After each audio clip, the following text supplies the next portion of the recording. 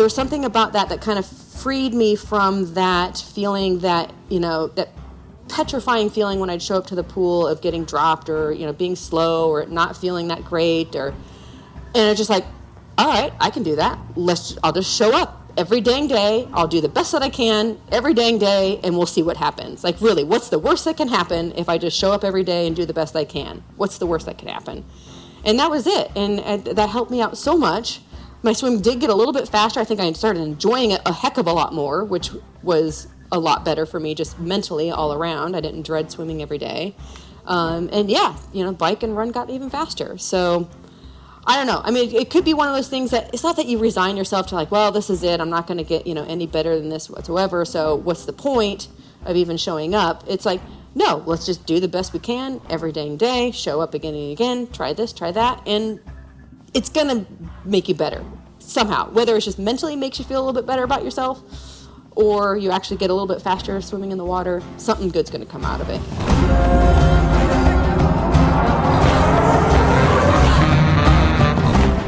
Welcome back to the Yogi Triathlete podcast. We are Jess and BJ, and we're on a mission to create a better world.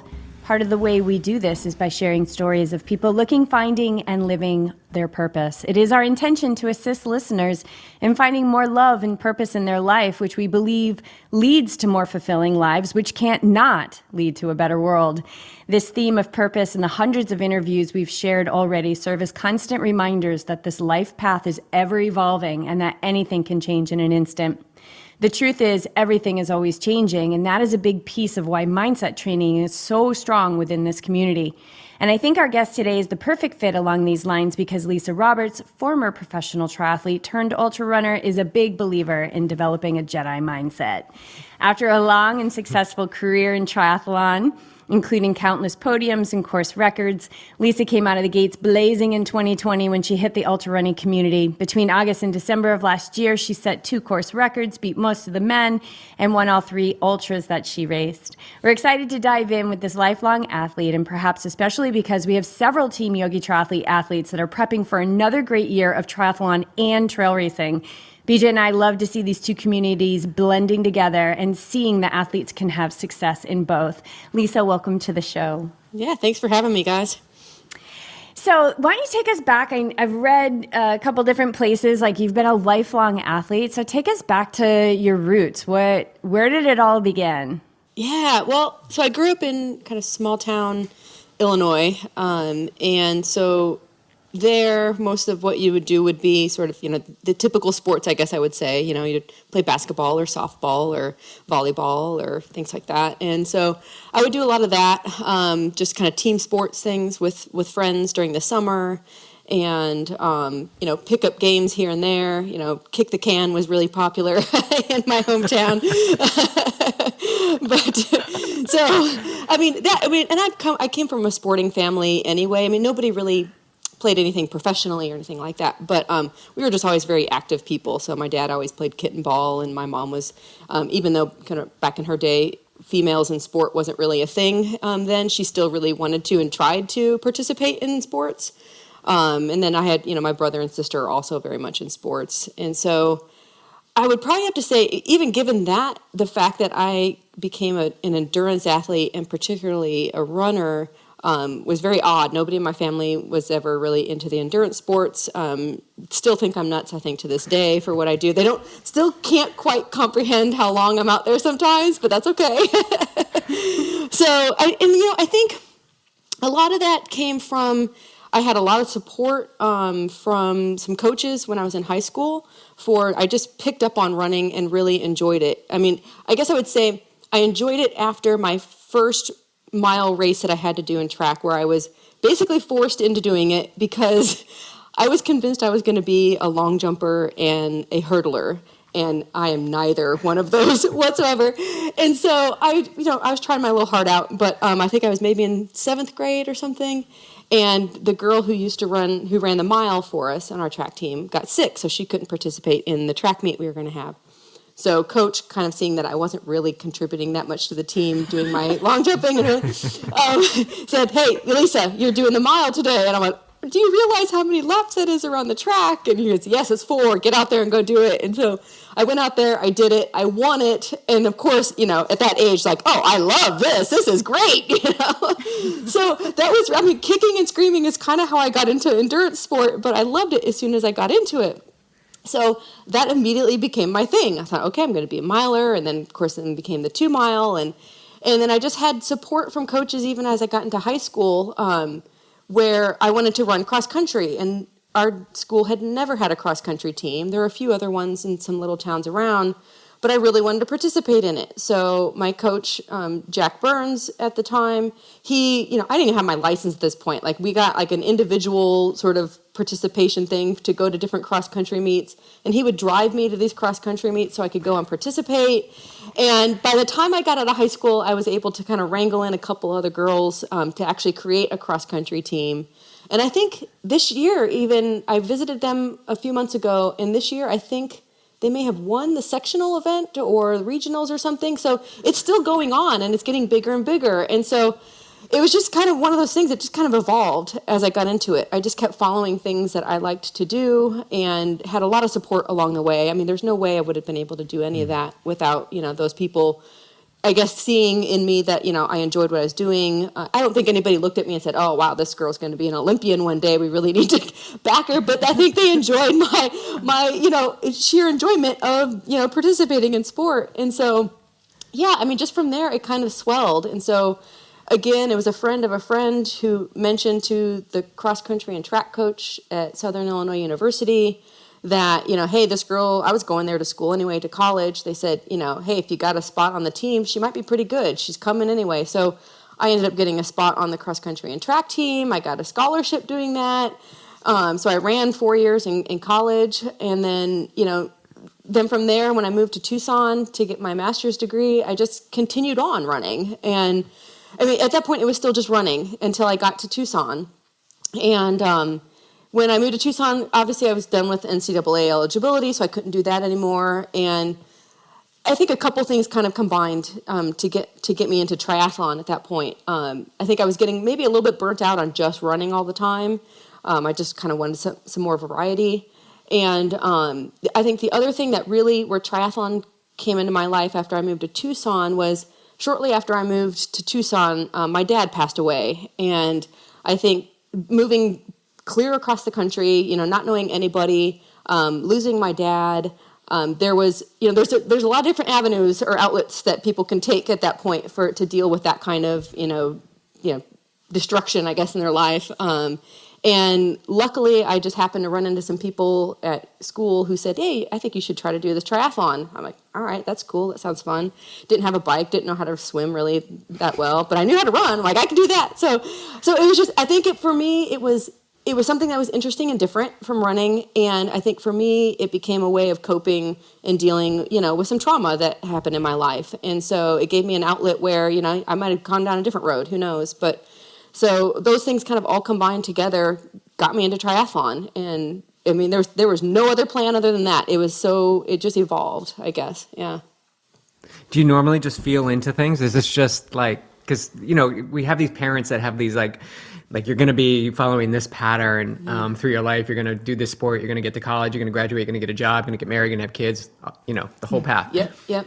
But you just seem to to fill in. You just feel into what's next without attaching to maybe specifically how it has to happen. Is that something natural for you? Yeah, it is kind of natural for me. And kind of odd because I also have a degree. I'm a landscape architect as well, which is all about planning things out to the nth degree, so that as it goes into construction or whatever, you can clearly communicate to people how things need to get done. But sort of in my life, it doesn't quite go that way. Of course, I have sort of visions or goals or some aspirations, and that's kind of where it starts. And then from there, I just kind of feel it out, because I think if I get myself too rigid into a path, then I feel like I'm cutting off and shutting off too many other opportunities, and other doors are closing to me. So I have a very wide runway toward goals of mine. It's not very narrow, and I don't really have blinders on too much. and I'm okay with getting diverted a little bit, and might find my way back, or maybe it takes me a little bit different path, but I'm open to all of that. And so far, I've enjoyed it quite a bit. I mean, I think the things that I've done and the people I've met and some of the things that I've accomplished that I never thought I would have, I don't think I would have had I not had that sort of flexibility, I guess. Yeah. And I think like having the landscape architecture, like it allows you to have that, okay, this is going to go here and this is going to be 6 inches. We got to plant this and we got to do this and all that. Yeah. But I think that having that and then feeling into, maybe for your life, it's like you said, that really broad runway, it provides a bit of balance, right? And perhaps that's something that, I don't know, you tell me, like, did that help you in your sport of triathlon? Because you do actually need to like plan what you're going to eat. Like you have to have that nutrition plan. You have to have that pacing plan and all of that. But in the moment, you got to feel into things because you never know what's going to happen in a race. Yeah, absolutely. And I guess I would say I'm a landscape architect and not an engineer. And there's differences because engineering is so much more precise. Landscape architecture, I guess, while it has a lot of planning to it, you have to kind of roll with it. You're dealing with living things. You're dealing with the outdoor environment. You're dealing with a lot of moving parts. And so while you have a pretty good plan of how it's going to be, what I've drawn and what I envisioned at the beginning is typically never is going to be exactly how it ends up in the end. But it's going to be pretty close, and it's going to be pretty close to the mark, and it's going to really work with, sort of how things evolve to get there. And so it is such a balance, and I don't even know how to really describe how you keep that kind of flexibility, but yet keep your goal and keep moving toward a goal without getting so distracted that you're completely off, or you're not getting your training in, or not doing whatever it might be. How do you describe how that works? You just got to be easy with yourself as it goes and realize all along the way that it's going to change and things are going to be a little bit different than what you thought. Like you said, nutrition. It's like I go into all my races with a nutrition plan. Yes, I've practiced it. Yes, some things have worked, some things haven't. But I've also had, in the middle of races, my tried and true nutrition plan all of a sudden not working for my stomach that day at all. And so you have to be able to adapt. You can't just freak out and just say, okay, well, I quit then today. You just adapt to it a little bit and go, okay, first of all, let's not panic about this. Let's find something else that might work. Let's try a little bit of this or a little bit of that, because I can't just not eat for the rest of the race. So we need to figure something else out here. And so, yeah, you kind of have to know yourself pretty well in order to do that too. And that's a lot of what I use most of my training for, is getting to know myself. Yeah, I try things out, do this, do that.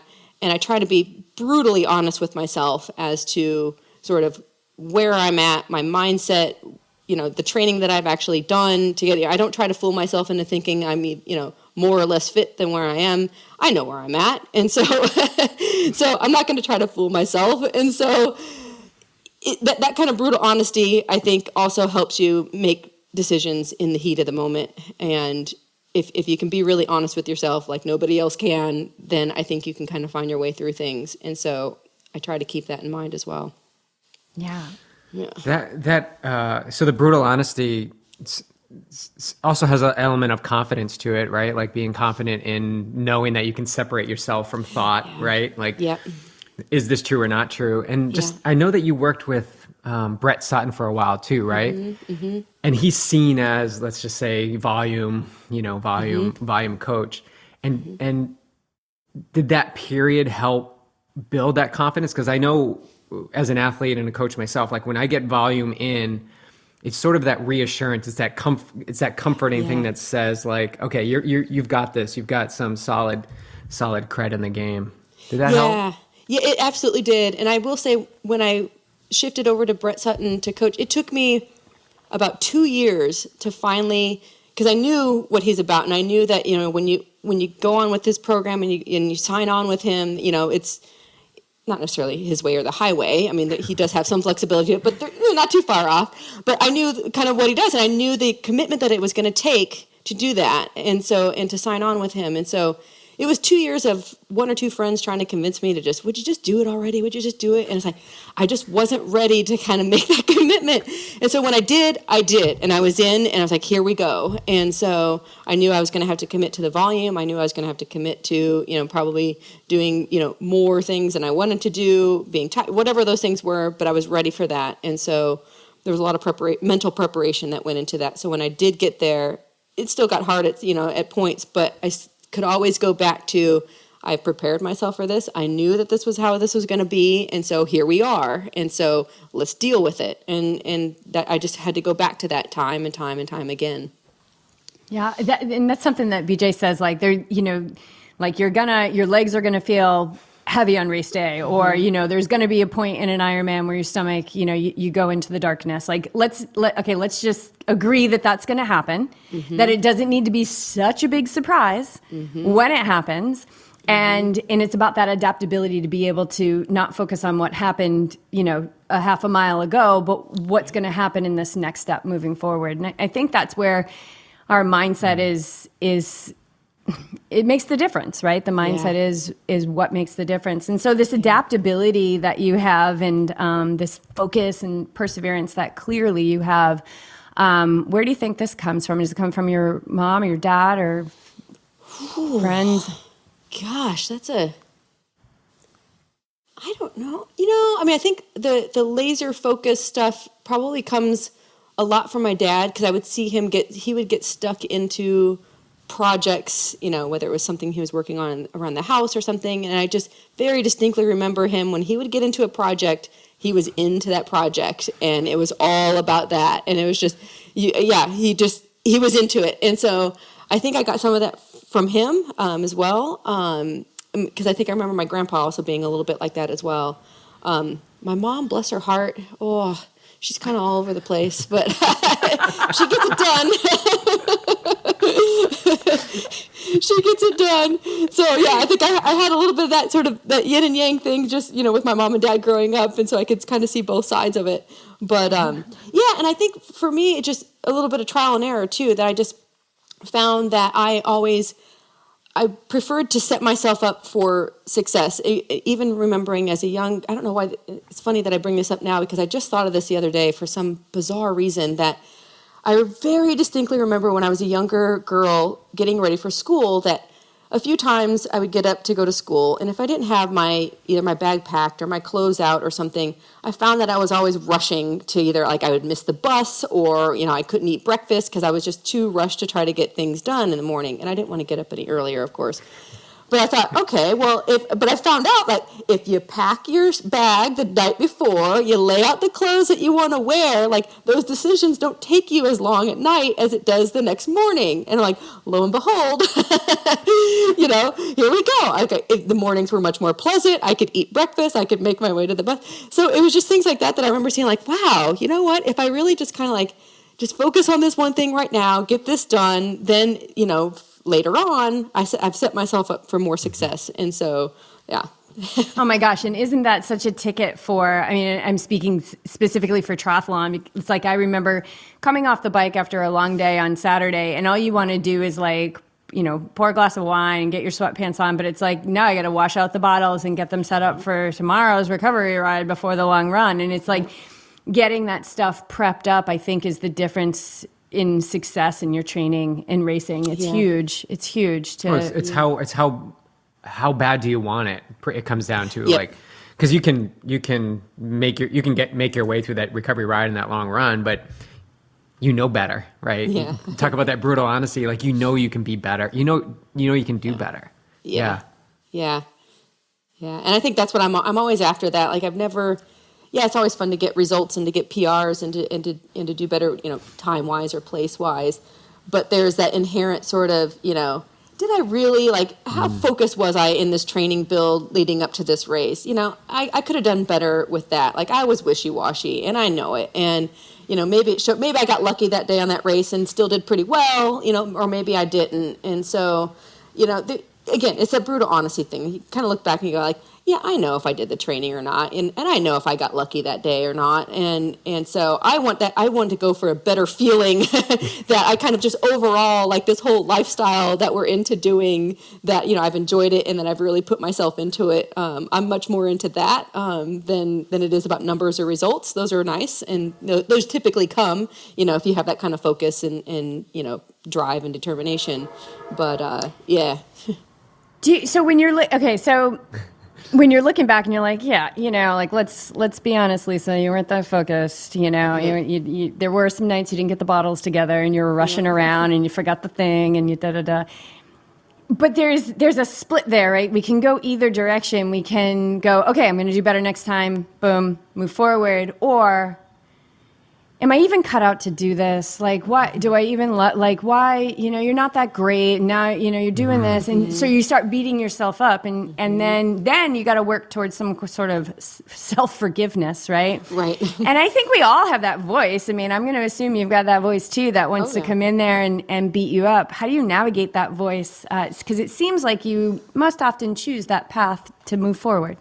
Yeah. Oh, yeah, that one comes, you know, everybody gets that. And I mean, I think the first bit, and, you know, I've had if there's times whenever it gets really bad, and it does sometimes, you know, I will either, you know, give myself a timeline. Like, first of all, you have to kind of acknowledge that, you know, it's the same thing. It's all about sort of stepping back for that one instant, you know, just stepping back for a minute, you know. Like, where have I learned this before? Like, halt, you know, hungry, angry, lonely, or tired. Like, are any of those things involved right now? If you're like in a grouchy mood, or you snapped at somebody, or you know, things just aren't going right, like, halt, and then you're like, am I hungry? Am I angry? Am I lonely? Or am I tired? Like, kind of answer those questions. Maybe take care of one or more of those things if that's the case. But acknowledging that if you get to that point, you can kind of acknowledge what's going on and go, okay, whether this is bad enough that maybe I'll give myself another hour to feel like this, or to beat myself up about this, and then we're done. Then we're done with this. You know, because you can kind of get into these little bitty loops, and I've done this too, where it's like, okay, you know, I beat myself up, and then I, you know, go out and smash myself at something, and then I come back and I'm like, nope, I'm still kind of beating myself up because that was stupid, or, you know, all these kind of things, and so you can kind of get into these little, you're trying all these little, you know, scattershot ways of attacking this kind of mood that you're in, or this, you know, negativity that you're in. But if you sometimes give yourself a time limit on it, like, okay, I'm not getting out of this thing, so I'll give it whatever you want to do, an hour to the end of the day. But when I wake up tomorrow morning, like, okay, here we go, we're going to start over, this is going to be better. And so I've done that before, and that's worked here and there. Gosh, but I just think just the overall acknowledging of it is the biggest thing, and knowing that this will pass. This will pass some way or another. You know, I might have a trick here or there. You know, sometimes those tricks work, sometimes they don't. Sometimes you just have to kind of keep getting creative on it, and just knowing that everybody goes through it. Everybody goes through it, whether they, you know, want to post about it on Instagram or not, which most won't. But yeah, I think that I think you just have to keep reminding yourself of that. And if you got to write it down on a piece of paper and show it to yourself, I don't know, whatever it takes. I've done that a lot too, where just write it down and then just show it to yourself, or give it to a friend or a loved one. And say, okay, if I'm, you know, in one of these moods again, will you please show me this that I wrote to myself? You know, whatever. I've used those kind of tricks too. So yeah, I like that trick. I like the halt. Yeah. Yeah, like, well, sometimes you're like, okay, am I hungry, angry, lonely? All of those things, right? Like, whoa, like full stop. Yeah, exactly. That happens a lot. Yes. It's like I'm all of those things and more. But I think the acknowledgement is huge, right? Yeah. I feel that, like, this is what I'm feeling. I feel this. You're not that. Like, I think we cross a really tricky line where we start saying, I am lonely, I am angry, I am, because then it becomes who we are. I think you can really acknowledge it and honor yourself by saying, like, I feel this way. And like you said, whether they're posting on it on Instagram or not, everybody has this voice in their head. And yeah, I mean, I talk to it sometimes. I'm just like, hey, I see you. Like I see you, and it's this weird, twisted, weird way that it's trying to keep you safe, you know? Yeah. But it just, it loses its way, you know? It just grasps on everything. So it's just acknowledging it. And then sometimes it's taking a nap, or sometimes it's moving forward anyway, going for a walk, getting like processing it. But I love the idea of writing notes, journaling. Do you journal at all? Are you a journaler? Not a big one. God, I used to be whenever I was younger, but not quite as much anymore. I mean, I'm a list maker, and so sometimes I'll jot down like little lists. I don't write kind of like big, thorough sentences and paragraphs and stuff about things, but I'll jot little notes, you know, here, and it might be just a couple little keywords here and there on certain days. Typically, kind of in my Training Peaks log or something like that. But yeah, and usually there's a handful of those trigger words that I know what I mean whenever I go back and look at that. Yeah. Yeah, and you have a lot of skin in the game. You've been an athlete for a long time. So let's go back a little bit. When does your I'll try it. I'll do a triathlon. To racing professional, you had a long career, over a decade, 11 years or so. Yeah. That one again, totally kind of evolved. So I moved to Tucson to get my master's degree in landscape architecture, and got that, and was starting to do some triathlons for fun while I was in school there, and having a lot of fun doing it. Traveled around, do a few races with some friends, and it just so happened that I had moved into a condo. I think I was now kind of working for maybe a year or two, still doing some triathlon stuff, but the girl who moved into the condo unit below me happened to be Leanda Cave, of all people. I had no idea who she was.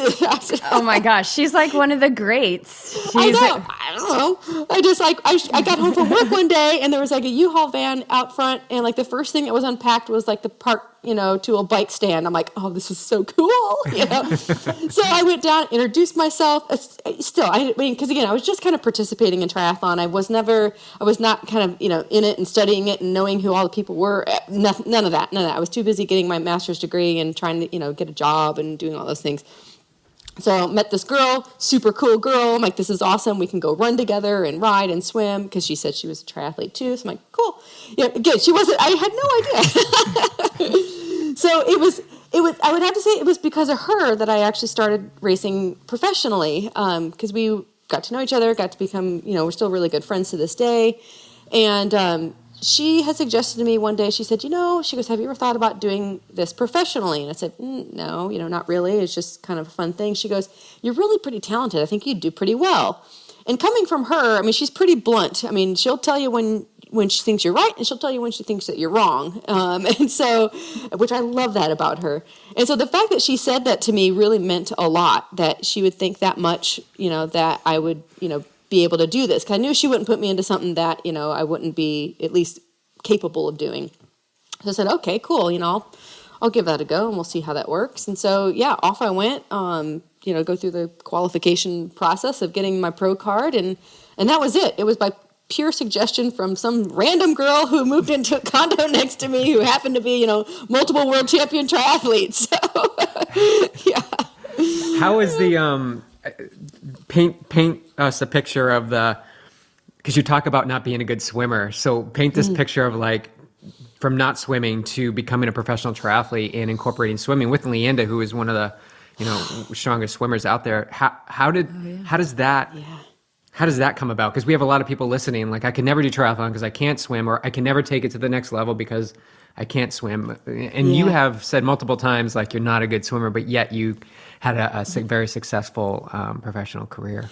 Yeah, and that boils down to just like pure perseverance with it. And with swimming, whenever I first started in triathlon, again, and I didn't have a coach for many, many years. I just thought I had to swim, bike, and run. Like, I'll just show up at the pool a few times, go ride my bike a little bit, go do some running. And so, yeah, it all come together. And so no coach for many, many years when I first started. And literally, I had friends who, had done some triathlons and were some pretty good swimmers. So I would just show up at the pool whenever they would go to the pool, and they would give me some tips about, some of my stroke mechanics and this and that. So I started to get at least some fundamentals of what the heck I was supposed to be doing out there.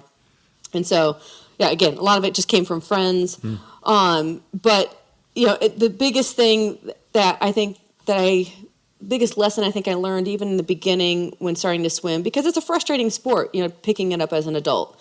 And coming from doing so many other, I've always been sort of, I guess, naturally talented at, being able to participate in, I'm pretty athletic, I guess, what I'll say. Like, there's very few sports that I can't really kind of pick up, except for swimming. So I'm not very good with technique. And so that was a humbling thing, because you kind of go from sort of like, oh yeah, I can, just another sport, I can pick this one up, give me a little bit of time, I'll have this, no problem, I'll be pretty good. But it still to this day, all throughout my career was a struggle. Every single day in that pool was a struggle. And I had one of my friends when I first started, said, he goes, practice doesn't make perfect. Perfect practice makes perfect. He's like, but you have to keep showing up every day, regardless. And so whether I did, even though I didn't want to, and there were many days, and I will admit this, that I just like pooped out on myself and didn't go to the pool because I just thought, oh, this is going to be bad and whatever, or I skipped out on a workout. And I've never felt so bad about myself, for days afterward. And again, it's that sort of thing, like, do I really want to feel like this at the end of the day? Even if it's a crappy workout, it's still like some time in the water that I could, whatever it is. If I got to like slap on some paddles and a pool buoy and just get the darn thing done because I just feel too heavy, then do it. Just get it done. And so, I seesawed a lot with swimming, a lot. And it gets frustrating, especially after, I kind of get into racing professionally, and that margin of error becomes less and less. And so where I could get away with having, a lackluster swim, but could probably could probably bike and run to make up for it and still maybe win some races or, whatever before I turned professional. Turning professional, I went, ooh, that all went away immediately. And even more so. Now, back in my day, oh, here we go. Oh, it's been this long. But when I first started racing professionally, you could still, that was still in the days, Heather Fuhr, I think, was just kind of phasing out some of those other really good runners who you could get away with having a weakness in one of the disciplines in the pro field. These days, not so much, because these kids have grown up doing triathlon their entire life now. Whereas I think, kind of, again, sort of when I was into doing it, we didn't have so many of them who had been doing triathlon their whole life, which I think is attributed a lot to the year 2000 when triathlon became an Olympic sport. I think kind of, opened it up to a lot more people and they recognize it more. So, you do the math, we're 20 some odd years into that, and like, well, you got a lot of young 20-something year olds who are pretty dang good in triathlon right now. And so that became more and more frustrating to me because I could see where those gaps were, and I couldn't, bridge that gap, and it was all mainly in the swim that I couldn't get it. I would work on getting my bike faster and work on getting my run faster, and that would make up for some of it, and so it's always been a frustration. But there was never any substitution to just keep showing up every day. And I think I would have to attribute even more success in that to when I signed on with Brett Sutton as well. I'll tell you a really funny story. The first time that I actually swam in front of Brett Sutton, I was terrified to swim in front of that man. And I'm in the pool, so I go to Switzerland to do his, to train for the summer with him. And that's where, most all the, Nicola Spierig is there, Daniela Reef is there, like they're all there. And so I show up to the pool for the first day, and they're all standing there, because that was the thing. Like every day at 7 o'clock, we would all go to the pool, and so people would be in different lanes depending on their swim skill. But so I was terrified, and I just didn't want to make a fool of myself the first day. So we jump in for the warm up, mind you, and I take off like a bat out of hell, trying as hard as I can to make sure I don't get dropped by anybody in the warm up. And he sees me swim down the pool and then back. And as soon as I get to the back to the same side of the pool, he taps me on the shoulder and he's like, get out of here, get out, come out. And I was like, what? So I said, yeah, okay, what? He goes, look, your swim is shit. Your swim is always going to be shit. But here's what we do. He goes, we get you in the water as much as we possibly can, and we get you so athletically and aerobically fit at swimming. Yeah, we'll work on some technique. We'll work on a few things. But he's like, we will get you so fit in that water so that when you come out of that water, your lactate levels are so low that it's going to be like nothing. Like you're just going to jump on the bike and you're going to do your run and feel like it. And there was something about that, whether it was just that point in my life, because I'd been working on my swimming and struggling, and I had many good swim coaches along the way, but nothing ever really kind of stuck or clicked with me. there was something about that kind of freed me from that feeling that, that petrifying feeling when I'd show up to the pool of getting dropped or, being slow or not feeling that great and it's just like, all right, I can do that. I'll just show up every dang day. I'll do the best that I can every dang day, and we'll see what happens. Like, really, what's the worst that can happen if I just show up every day and do the best I can? What's the worst that can happen? And that was it. And that helped me out so much. My swim did get a little bit faster. I think I started enjoying it a heck of a lot more, which was a lot better for me just mentally all around. I didn't dread swimming every day. Bike and run got even faster. So I don't know. I mean, it could be one of those things that it's not that you resign yourself to like, well, this is it. I'm not going to get, any better than this whatsoever. So what's the point of even showing up? It's like, no, let's just do the best we can every dang day, show up again and again, try this, try that. And it's going to make you better somehow, whether it's just mentally makes you feel a little bit better about yourself or you actually get a little bit faster swimming in the water. Something good's going to come out of it. Well, it's clear. I see just, and I know we resist this so much, but just acceptance, like accept who you are in this moment, like relieve all that pressure and expectations that you need to be better than, or need to be further along than where you are. Right. And I guess I'm talking to myself too, but I think we all can take away from that is like, meet yourself where you're at now. Yeah. There's many, many ways to get better. Yeah. And it's not to say when you accept where you are that you're not going to improve. It's just saying like, okay, well, this is where we are right now, and I'm going to do the best I can right now and have fun with it. And it's almost like he gave you a pass. He's like, it's okay. Here, here you go. Like this is the way you're going to be in swimming. We're going to get you really fit, and we're going to work on the other things, and you're still going to be an amazing, amazing professional. Oh, yeah. I love this section of the podcast because I think people get really caught up in technique. And as that being the foundation of how they're going to get better. And I'm not dismissing technique by any means, but when you have swim fitness, I would say that like the only way you're going to get from, the start line to the finish of the swim is by swimming, right? Like BJ is always like this, like get in the pool and swim, just swim, like swim, and we'll fine tune that, but get fit at swimming. And I love that. But all it was, like BJ said, he gave you a pass, but it was just a perspective shift. And the perspective that you were holding because you hadn't been introduced to a new one was probably sucking so much of your energy, right? Like causing stress, which is not good for athletic performance. And so nothing really changed. Like you still had to swim every day, you still had to do that, but your relationship to it changed. And that's massive. That's massive, I think. Yeah. And he was always very good too.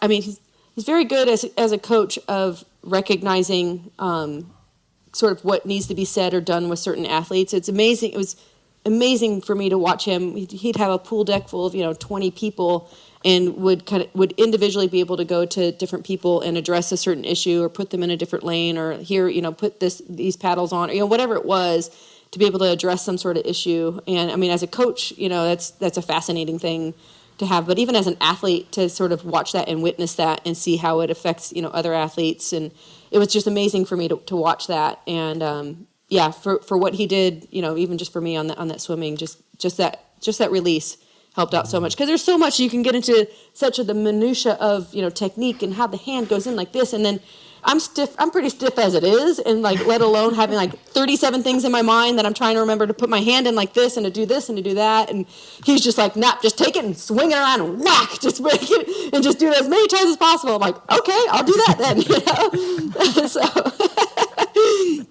but I mean, I've never swam so much, so many yards in a week with especially under him than I ever did. And there was no way that I could have done. I mean, it was very common in the off season time to, have like 50,000 yard, swim weeks, repeatedly, and swimming, 2 times a day or 3 times a day. And so to have that sort of mental gumption to show up to the pool, that many times a day was, that alone, just the fact that I did that and that I achieved that, I was like, I can do anything really at this point. Like, anything else that comes my way, I can do, which actually really kind of describes a lot of the races that I would pick out as well to do is sort of my technique with that also.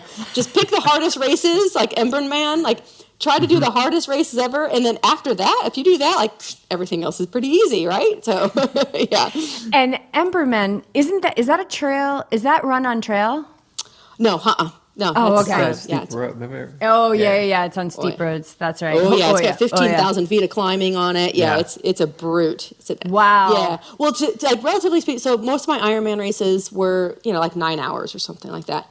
The Emberman, a little bit longer than an Ironman by maybe like 8K on the bike, but 11 hours was what that race would take me. So, and most of that was time on the bike because there was so much climbing on the bike portion of that race. But again, it was just one of those things that terrified me whenever I first did it. And I did it 2 times, but the second time I think terrified me even more because I knew what I was getting myself into. But it was just one of those things, like it was just so hard that everything after that, I'm like, I got this. Like I've done Emberman. Like this nothing compared to that. So there are those little things like that you can do to yourself to kind of trick yourself into kind of, being able to handle other things that come up as it, along the way. Oh, yeah. Like, so we, celebrate your victories and then use them to your advantage. Yeah. Absolutely. There's nothing wrong with that. So we have a whole other sport I want to talk about too, though. So you retired at the end of 2020 with Daytona, which was really cool. Such a cool experience for everyone. I think, as somebody that just sat there and ate pancakes and drank coffee all day and did not work out, it was so awesome because I think we were all craving a race. And going into that, did you know that was going to be your last triathlon? I did. Yeah, I did. And I picked that one for a very specific reason. But my friend, owns the race, Bill Christie, who we got to be really good friends with whenever I did the first rendition of the Daytona race a couple years back. It was just such a good time, and he's such a fun guy. And again, like 2020 was like, that was a year. And having kind of like one big race to do, I went like, yeah, this one is it. Like I will have a really good time there. I went into that race. I knew I was not fit enough for it. I was having some back issues and stuff as well. So things were going south a little bit, but it was more about, because there were so many people that were showing up to do that race again, because it was like the only one that really happened that year. And I think the other thing was that it wasn't, because Ironman, just like the longer distance races were really my bread and butter, over the years. And this one wasn't that. It was, a fair bit shorter. And so I think for me, to have that as my last race, I was like, I'm going in this sucker to have a good time. I am not going to go to try to freak myself out and try to win this thing or whatever. Like, we're going for a good time. We're going to see all these people, because there was such a conglomeration of people just that came over from Europe and came over from, Australia. I mean, it's just like, this is sort of like a who's who of all these people that I've seen and gotten to know over the years. It was the greatest experience ever. For the last race pro race that I would ever do, it was the best. I mean, I drank way too much wine in the days leading up to it. I mean, because I knew I was not fit. I was like, okay, this isn't going to happen. But it was I just had a great time with that race. And I chose that one specifically for that reason. And I'm super glad I did. I'll never forget, I think was it Michelle Vesterby? She's like, why didn't you choose an Ironman for your last race? I'm like, because I wanted to enjoy it. Like, how oh man, you got the whole build up to all the training that goes into the Ironman, and then you're just trashed afterwards, so you can't do anything for a couple of days. I'm like, heck no, I'm gonna go. We're gonna knock this sucker out in 4 hours or something, and then we're gonna have a great time. And you already had your toes in ultra running at that point, right? So your first ultra was in August of 2020. Yes. And what pulled you to that? What pulled you to ultra running? I would have to say, it was always kind of intrigued me a little bit. But just the whole 2020 shutdown stuff. It was when everything started shutting down, you couldn't go swim anymore, couldn't go to the gym, races, I wasn't quite sure what was going on. But I could go run. And it was my first thing that I did as I was starting to process the fact that, because I knew 2020 was going to be my last season of racing. I knew that already. But then I got luckily I was in New Zealand early in 2020 and got a few races in. I did Ironman New Zealand and a few other races there. So I did get a few triathlons in. But then kind of seeing all this stuff going, oh my God, that might very well be it. I don't know what's going on. So my first reaction whenever I wasn't quite sure what to do or how to handle races potentially not happening that year was to go out and to do the David Goggins 4x4x48 challenge. I just did it completely by myself, and I don't know why, but running, again, it was running that was my outlet, I think, for just kind of dealing with, like, what the heck is going on here? I don't know how to handle this. And, I kind of had this plan set, here we go, sort of was planning. And, okay, now it's kind of changing here, so I got to figure out something else. And so, I started off by doing that, going like, all right, let's try that and do that. And that was kind of fun. And then just figured I can go run. Now I'll go run these trails that I never really got to go run that much of anymore before because I was too busy training for triathlons. I'm like, well, I don't think there's going to be any races happening. So let's go run this trail that I always wanted to go run, and let's go run this one. And that's really how it started. And then it just kind of became a matter of, are any trail races going to happen? And those seem to be more likely to happen just because you can spread people out and, all that kind of stuff. And so, again, super lucky that we happen to have AeroViper Running is an Arizona running company. Again, no idea who these people were. Like, they're huge in the ultra running, huge. I don't know how I go through life being so clueless on, like, very basic things, but this happens a lot. So I'm like, oh, these guys look cool. So, and, like, they were actually able to get a few ultra races off. Mm-hmm. And they were obviously in Arizona, so I just, drive up to Flagstaff so it was very reachable for me.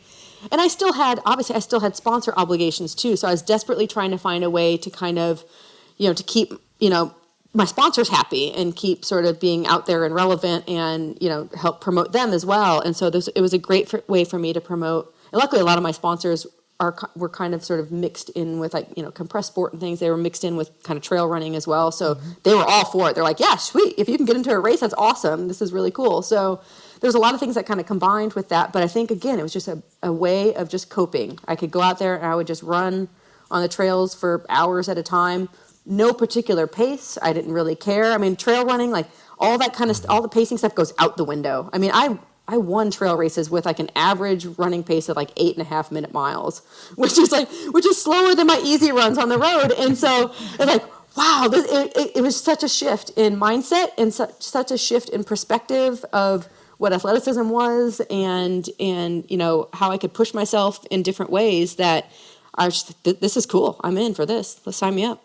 Yeah, and being in nature, like when there's just there's so much ungroundedness, right, in the world, and so much unknown, and to be out there in nature. And I know the trail runners who are listening to this are like, yeah, we get it. Yeah. Like they even shut down the trails here, which I admittedly snuck on a couple times, like through the back end, and you'd see like one person out there and give a high five, like we did it. But like Beach and I found this trail up in Orange County, and we would just run. I would run it every Saturday, every Sunday, every Saturday, every Sunday, and it was just so good to be outside. So your first one was up in Flagstaff, but then you did one of our favorites, which is Javelina 100. Yes. So what did you think? Like, what were your expectations going into 100K? Zero. And here's what I'll tell you. So I did like that 54K, like the Pine.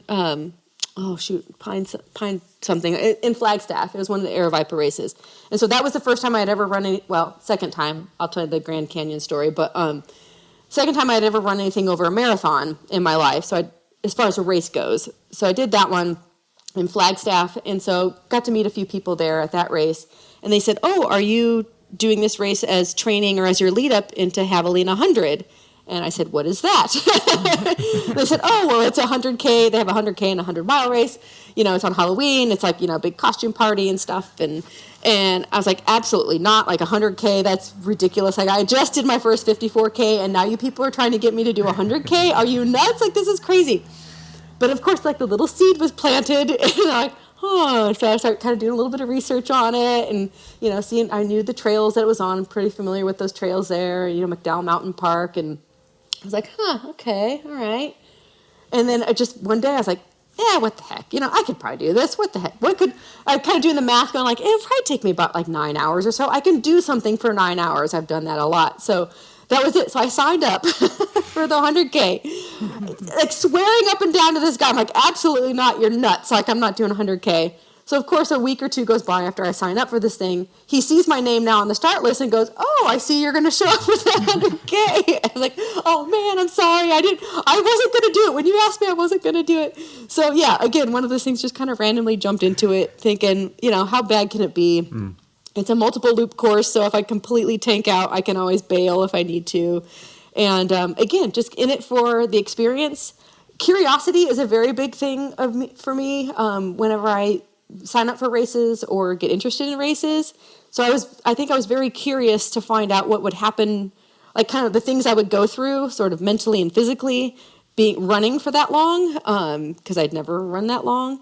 And so I'm like, this is pretty curious. And again, it's sort of a looseness with it. Like you have to be, I think one of my favorite quotes, I think, who's the snowboarder guy, got like the red hair, Shaun White.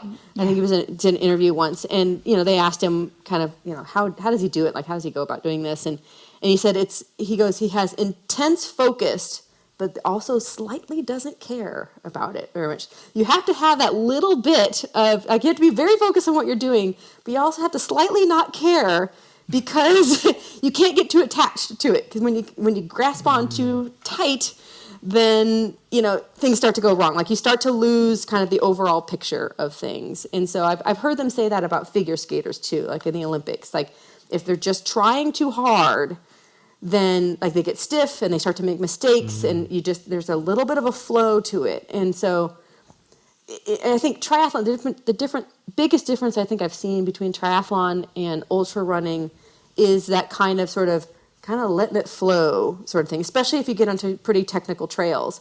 Like you can't be so rigid. You cannot be looking down at your watch to see what pace you're going. First of all, who cares? Second of all, like I got to worry about that rock that I have to jump over there or whatever. So like I don't even show on my screen when I do trail runs, like it doesn't show pace at all, because it just doesn't really matter.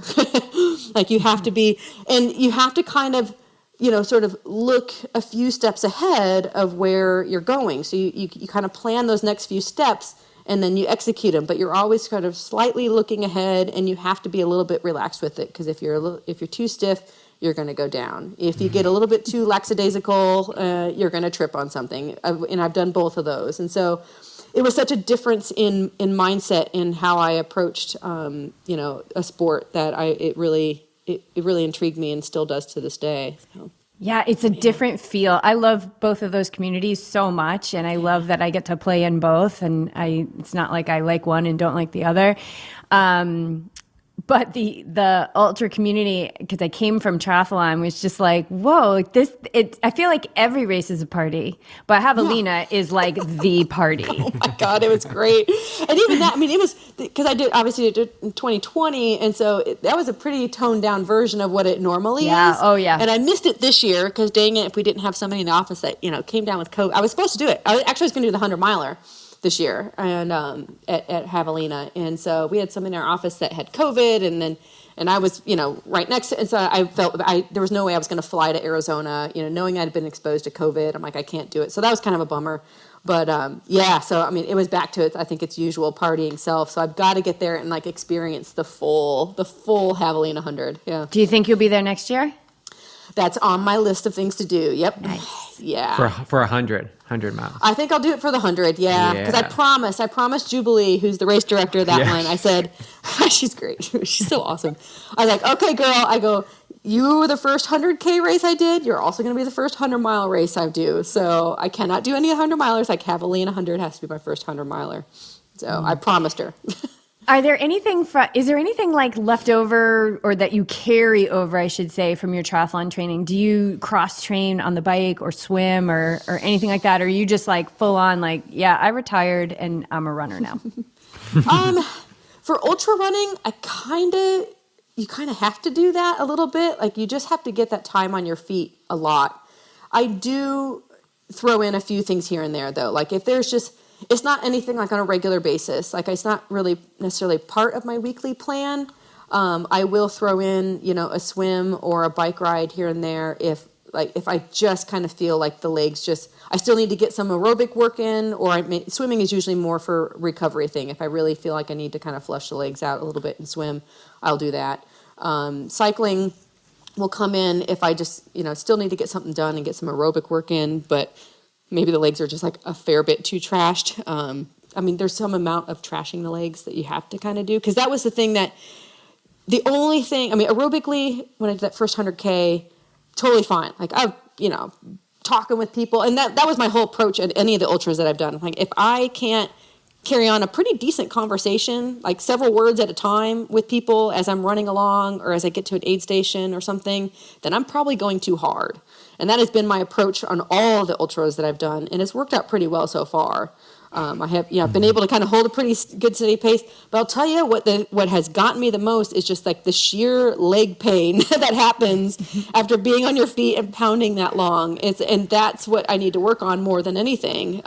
So I carry over the aerobic work, and I will mix in some cycling and some swimming for recovery or to keep up some aerobic work. But yeah, there's nothing that that replaces just some of that time on the feet that you have to get in. What's your approach to getting that time on that pounding on the legs, like downhill running or back-to-back days? Like, what are you sort of getting curious about? Yeah, some downhill running for sure, especially if I know it's going to be, kind of a lot of downhill on the course. I will do, a lot of back-to-back days, a lot of 2-a-days, sometimes even 3-a-days I'll do. That's a good replacement, even, especially if you're a little bit time crunched or you have more, you don't have like one big block of time, but maybe you can have like a couple smaller blocks of time during a day. You still get you still have all the feels on that last run of like your legs being trashed. But, I've done up to, like 3 runs in a day. But yeah, back-to-back days for sure. I will, there's usually running that happens like pretty much almost every day. Might be shorter or longer. And, as I get more into closer to the races, I try to build up. There's usually a midweek long run that happens up to 20 some odd miles, which is the most different kind of thing that, I'm not used to that. But then there's also kind of a really hard back-to-back weekend run. So there might be like a 30-miler on a Saturday, and then you back it up with like a 15-miler on the Sunday. Again, not really anything that has to do with pacing or, any sort of like certain speed that you're going, but just, you just got to get yourself out there and run. Time on the legs. Time on the legs. How's the downhill game? It needs some work. I'm going to be honest. It needs some work. Yeah. Again, that's a whole flow thing that I don't, some days it's better than others, and I'm getting a little bit better. And more confident with it. Honestly, like a lot of it has had to do with like shoe choice. Like I've gone through, many different shoe choices as to what I feel most confident in descending when running in. That's one that that's a constant practice. Yeah. As I dip my toes in both too, I have the thing in the mind, the unsteadiness, instability of the terrain, and just knowing that I still have to participate in triathlon. But it is exciting. It's the same thing I experienced when I was mountain biking. We started mountain biking and just cruising through the trees, and it's like it's super unknown and sort of a little fearful. Like you're almost like, oh, this is intriguing. Yeah. But the more you do it, just like you said, I think the more you do it, the more experience you gain, that the mind begins to get that familiarity with it. Yeah. Mm-hmm. Yeah, that downhill, it's like you really got to relax. Focus, not be scared, like the scared piece, like, because that can really make you rigid, So it's like you got to just keep relaxing. And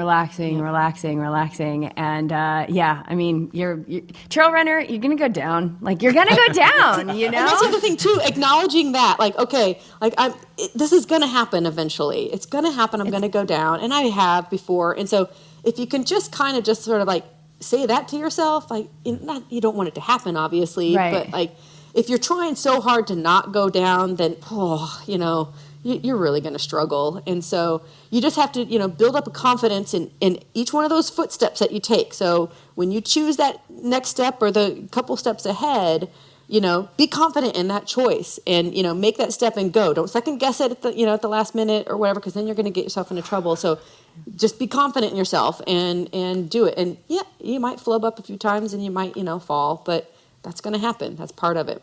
Yeah. As we wrap this up, I want to ask you a little bit about the Force because because you've mentioned it a few times. Like I've seen it a few times in your, not more than a few times. Let's be real. But what is it to you, and how do you pull upon it? Yeah, it's everything to me. I mean, I know it sounds really, really dorky, or it might be kind of dorky, but it's not really. And if you really, I mean, not to mention, I've always been a fan of the Star Wars movies anyway. I've always enjoyed them from the time I was a very little girl, and even now more so whenever I go back and watch. And these are like even the original ones that were came out back in the 70s, and so I liked it for its goofiness and its kind of campiness, but also like there's a lot of really good life lessons in there. And so I mean that kind of is sort of me in a nutshell. Like, I like the good life lessons and I like the good life experiences, but I'm also kind of goofy and a little bit sort of weird and but it's just and again, with trail running, there's so much of kind of this flow state that happens when you're out there in nature, and just moving through nature is such a powerful experience that I enjoy so much, not only just from the athletic side of it, but also, again, being a landscape architect, obviously I enjoy nature and understand it and like to be in it a lot. And so there's just this oneness that you become with, nature when you're out there, good days and bad days, just taking a look around and seeing what you're experiencing and what you're in and what you're looking at, and just being part of that is what it's been all about for me. I mean, shoot, even in triathlon too. Like it's always been about sort of the people I'm around and the experiences that I'm having and what we're all sort of doing together and collectively, sort of this collective suffering or whatever it might be on that day. But it started off as kind of like a goofy thing. Like the first mountain run that I did was a race I did in New Zealand with my husband, coast to coast race. We did it as a relay. And so my main portion was a 30K mountain run. And that was there's a difference between trail running and mountain running. Mountain running is way different, especially the Kiwis. The Kiwis are nuts when it comes to that kind of stuff. So, but my first thought was whenever I was out there training and running through like these green, forests and fields, typical New Zealand sort of like just spectacularness, was that I just pictured Luke Skywalker, in his Jedi training with Yoda on his back, like sort of just running through the trees in this mossy forest and everything. And it was like, yeah, that's it. That's sort of what I'm into this for, is just sort of this oneness with nature and just being out there and moving around in it and picking up on it and using it. And so that was it. I was like, that's it. I'm finding myself a Yoda. I'm throwing him on my back because that's how I'm approaching this. And that's about, how seriously I'm taking this. And so here we go. And it's been great. I've had so many people. Everybody recognizes the little guy, and so if I'm out there doing trail runs, like I'll always get, you either get like the little kid that's like, oh my gosh, baby Yoda, or like you get the grown man that says, oh my gosh, baby Yoda, or you get the, may the force be with you, you get all sorts of stuff. So it's just a great way to kind of make friends when you're out there as well. So it's kind of like what I hear you saying is like the force is that thing that binds us together, right? That connects us all with the trees and each other and what we're doing, and it's something greater than ourselves. Yep. Yeah, absolutely. Yeah, love it. That's awesome. I think it's a great way to to wrap it up. And there. I think that, people who love running the trails can totally relate with what you're saying. I mean, it's medicine. It's total medicine. And then we can learn so much from nature, Mother Nature, patience, resilience and perseverance. And what our teacher has said to me before, he said, just don't go out there and just take. He said, take and then give. Make sure you're living those lessons that she's teaching you. Don't just go out there and take from her and let her make you feel better. Like, go learn all of that stuff and then go out in the world and live it. Yeah. And and that's, I think, I agree with you. That's the force. That's awesome. Yeah. Cool. So okay, so maybe Javelina next year, but anything else coming up that maybe we may see you at? Well, I think I got talked in. I didn't know what it was. They just Blue Ridge Relay. So apparently it's a 200-mile relay race that's run from Virginia to Asheville. So I had some friends that I've met here in Charlotte. They said, "Hey, would you want to be on our relay team for Blue Ridge Relay?" And I said, "Sure. What is it? I'm in. Count me in. What am I doing?" Yeah. It's so that's in September. I figured that'd be good. That'd be a nice little kind of extra some training leading into Javelina. I haven't totally figured out what I'm going to do. I'm definitely going to do some 50K trail races, kind of explore more some of the mountains in and around here. So, you've got lot of stuff in Tennessee and in Georgia and here in North Carolina. So get to experience some of the different trails and forests we've got out here. And then, definitely hopping over. I mean, I think Javelina 100 is probably, if I said I have an A race for next year, that would probably be my A race because I kind of want to nail that one if I can. But yeah, and you might even find me in a marathon here and there. I don't know. I'm going to try to get a little bit of speed back on the roads and see if I can't bust out a good marathon. But haven't totally set my whole schedule yet for next year. But yeah, a lot of running races, and I'm always up for a relay. So if anybody, clearly I am, whatever it might be. You might not want me to be your swimmer, but yeah. That's awesome. And where can people get more of you? If you Instagram is probably what I'm most active in, and that's Run Jedi Run is my handle with little underscore in between the run and Jedi. Awesome. So yeah, I'm there quite a bit. Usually posting some goofy stuff here and there, but yeah. Cool. Lisa, it's been awesome talking with you. Thanks so much Lisa, for your time today. And yeah, I know our listeners appreciate it. So keep going, keep running, keep climbing, and keep getting faster on those downhills. Yeah, Just keep showing up. Just keep showing up. Just keep showing up. Thanks. Yep.